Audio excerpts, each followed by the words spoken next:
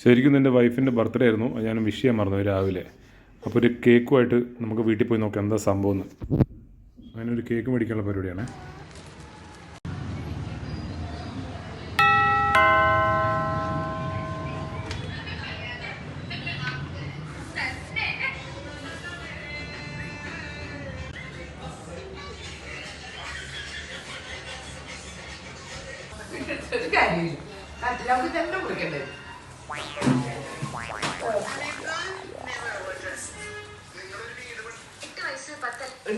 June 23 മുറിക്കാൻ ജോലി.